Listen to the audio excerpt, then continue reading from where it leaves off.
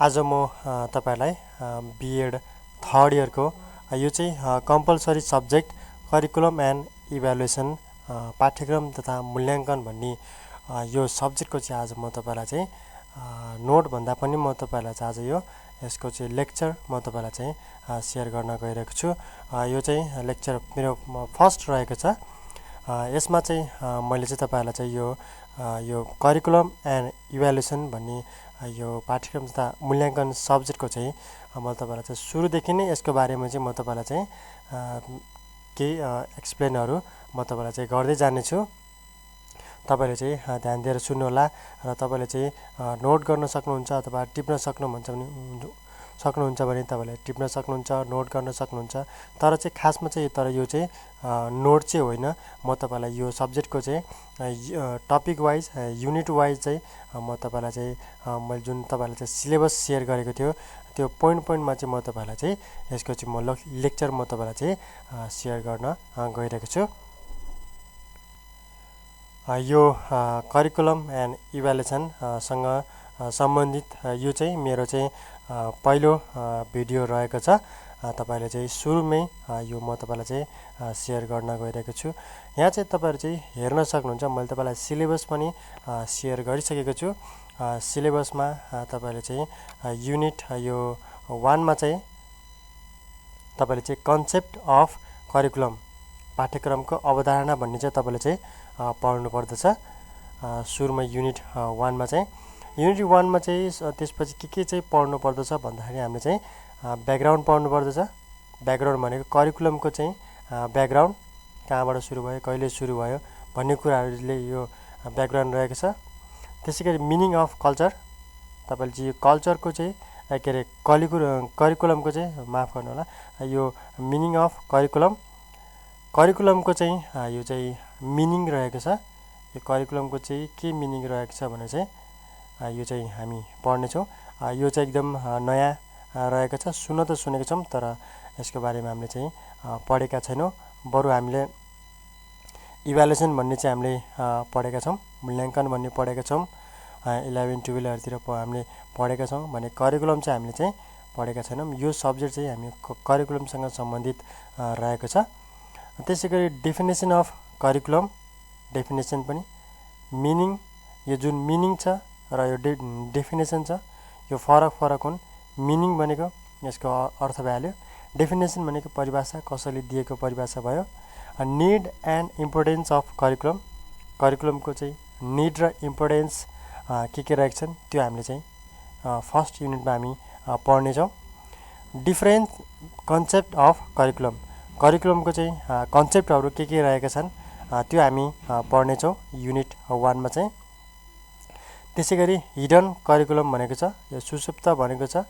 सुसुप्त भने एकदम भित्री गहिरिएर अथवा गहिरी रूपमा हैन, त्यो चाहिँ एकदम सानो रूपमा हेर्दाखेरि मतलब सानो अर्थमा हेर्दाखेरि यो चाहिँ के रहेको छ, हिडन करिकुलम भनेको छ। त्यसैगरी relationship between curriculum, syllabus and text book, यो सबै curriculum, syllabus and text book हेर्दाखेरि सेम छ तर यो फरक यसको अर्थहरु रहेको छ, अर्थ र यसको कामहरु फरक रहेको छ। त्यसपछि म तपाईलाई अन्तिममा यो प्र्याक्टिस क्वेशनहरु पनि म तपाईलाई चाहिँ शेयर गर्ने छु र म तपाईलाई चाहिँ यो भिडियो यो जुन सब्जेक्ट छ यसको म तपाईलाई नोटहरु सल्भ गरेको क्वेशनहरु म तपाईलाई शेयर गर्ने नै छु। तर यो चाहिँ मैले तपाईलाई चाहिँ यसको चाहिँ लेक्चर, यसको बारेमा चाहिँ सुरुदेखि नै म तपाईलाई चाहिँ शेयर गर्ने छु। यसको बारेमा यिनीहरुको यो सुरुदेखि नै शेयर गर्ने छु ताकि तपाईले चाहिँ यो सब्जेक्टमा यो मेन पोइन्टहरु जुन यो पोइन्ट छ मतलब यो टपिकहरु छ, यो टपिकको बारेमा तपाईले चाहिँ केही कुराहरु तपाईले चाहिँ बुझ्नुहुन्छ र त्यसपछि तपाईलाई चाहिँ नोटहरु मैले शेयर गर्ने छु र त्यो नोटहरु बुझ्न सजिलो हुन्छ।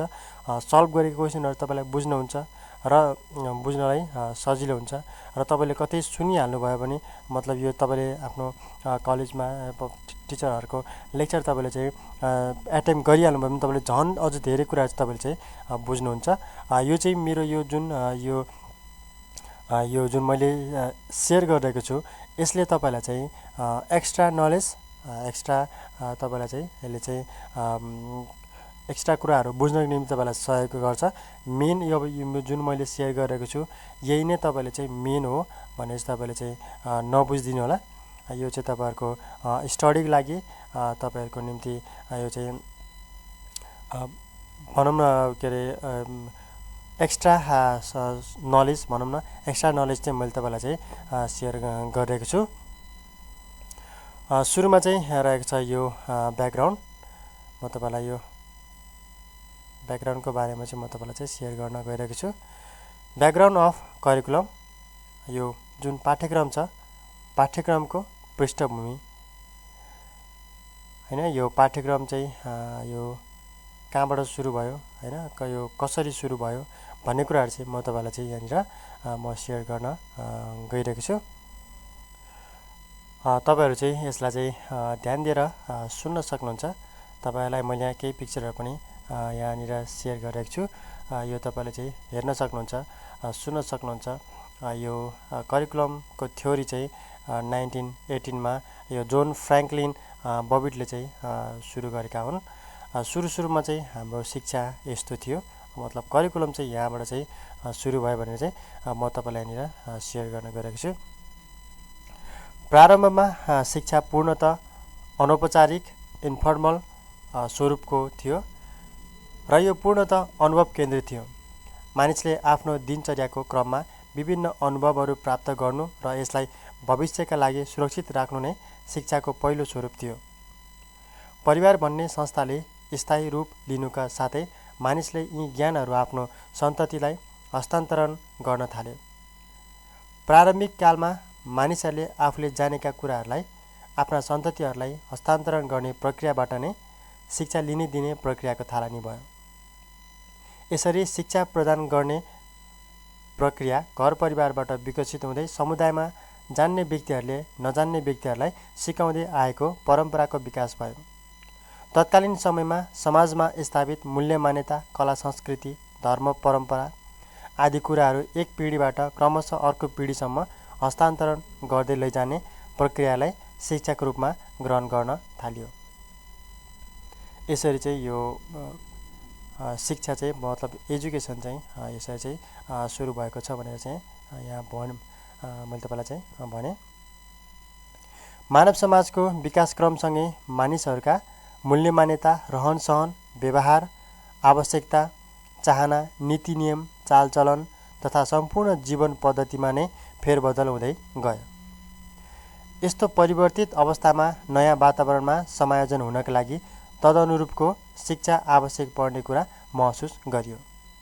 समाज क्रमशः गतिशील एवं जटिल बन्दै गयो। यस्तो अवस्थामा घर परिवारले मात्र परिवर्तित समाजको माग अनुसारको शिक्षा प्रदान गर्न नसक्ने भयो। परिणामस्वरूप शिक्षा प्रदान गर्ने प्रभावकारी विकल्पको खोजी हुन थाल्यो।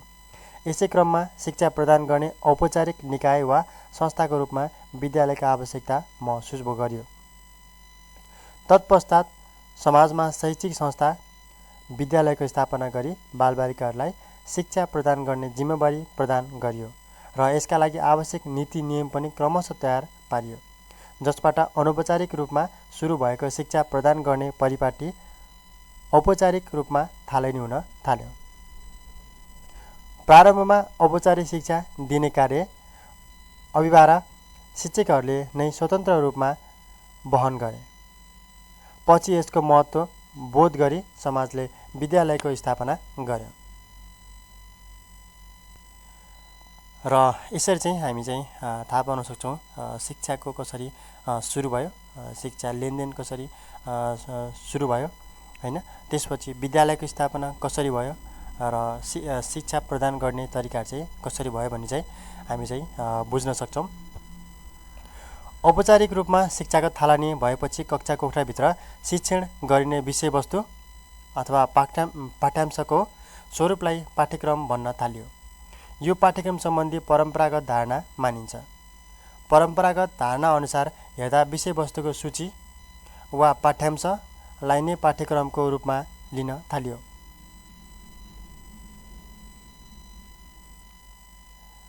परम्परागत धारणा अनुसार हेर्दा विषयवस्तुको सूची अथवा लिस्ट अफ कन्टेन्ट वा पाठ्यांश सिलेबसलाई नै पाठ्यक्रमको रूपमा लिन थालिएको थियो।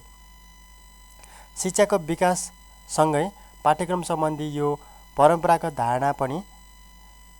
धारणामा पनि केही परिवर्तनहरू देखा पर्न थाले, जसअनुसार पाठ्यक्रम र पाठ्यांश बीच अन्तरहरू स्पष्ट रूपमा आउन थाले। पाठ्यांशको मुख्य जोड के सिक्ने भन्ने पक्षमा थियो, तर यसमा किन र कसरी सिक्ने प्रश्न आत्मसात गर्दै पाठ्यक्रमको अवधारणा विकास भयो। परिणामस्वरूप पाठ्यांशलाई पाठ्यक्रमको रूपमा नभई त्यसको एक अंश मात्र मान्न थालियो। पाठ्यांशलाई पाठ्यक्रमको रूपमा नभई त्यसको एक अंश मात्र मान्न थाल्यो। पाठ्यांश जुन छ, पाठ्यक्रमको जुन यो करिकुलम छ, करिकुलमको चाहिँ पाठ्यांश भनेको चाहिँ टेक्स्ट भनौँ, यसलाई चाहिँ एउटा अंश मात्र मान्न थाल्यो।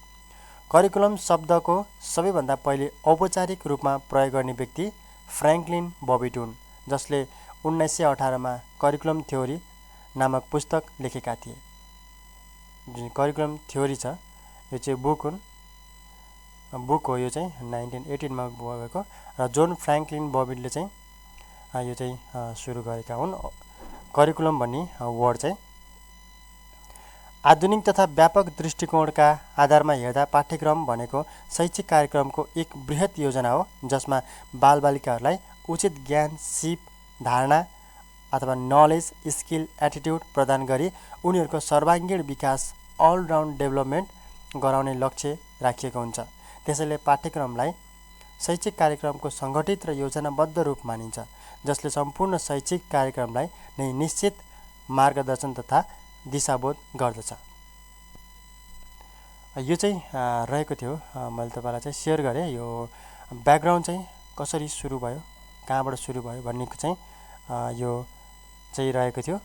कसरी यो सुरु भयो भने चाहिँ यो ब्याकग्राउन्ड चाहिँ करिकुलम जुन पाठ्यक्रम छ यसको चाहिँ मैले तपाईँलाई चाहिँ ब्याकग्राउन्ड सेयर गरेँ। यो चाहिँ छोटो भिडियो रहेको थियो जुन यो ब्याकग्राउन्डसँग सम्बन्धित मैले तपाईँलाई चाहिँ सेयर गरेँ। यो थोरै कुराहरू यो चाहिँ तपाईँले सुन्न सक्नुहुन्छ, सुनेर तपाईँले बुझ्न सक्नुहुन्छ। तपाईँले सुनेर केही कुराहरू तपाईँले लिस्ट बनाउन सक्नुहुन्छ अथवा त्यसलाई नोट गर्न सक्नुहुन्छ भने तपाईँले नोट गर्नुहोस्, नत्र तपाईँले सुनेर चाहिँ यो ब्याकग्राउन्डसँग सम्बन्धित कुराहरू चाहिँ तपाईँले चाहिँ बुझ्नुभयो भने म आशा गर्दछु। र म तपाईँलाई यसको नोट सेयर गर्ने नै छु। त्यसको निम्ति तपाईँले चाहिँ टेन्सन नमान्नुहोला, चिन्ता नगर्नुहोला। म तपाईँलाई यसको नोट सल्भ क्वेसनहरू म तपाईँलाई सेयर गर्ने छु। तर यो चाहिँ मेरो लेक्चर रहेको छ, मैले तपाईँलाई योसँग सम्बन्धित मैले तपाईँलाई चाहिँ केही कुराहरू सेयर गरेँ। आउने समयमा यसरी नै म तपाईँलाई चाहिँ पोइन्ट वाइज म तपाईँलाई चाहिँ सेयर गर्नेछु, म तपाईँलाई चाहिँ बुझाउने कोसिस गर्नेछु। हुन्छ, आजलाई यति नै। आउने समयमा अरू बाँकी रहेकोलाई पनि म तपाईँलाई चाहिँ सेयर गर्ने नै छु अर्को भिडियोमा। तबसम्म चाहिँ तपाईँले चाहिँ मेरो भिडियोलाई चाहिँ लाइक गरिदिनु होला, सेयर गरिदिनु होला र यस्तै तपाईँले भिडियो पाउनको निम्ति तपाईँले मेरो च्यानललाई सब्सक्राइब पनि गरिदिनु होला।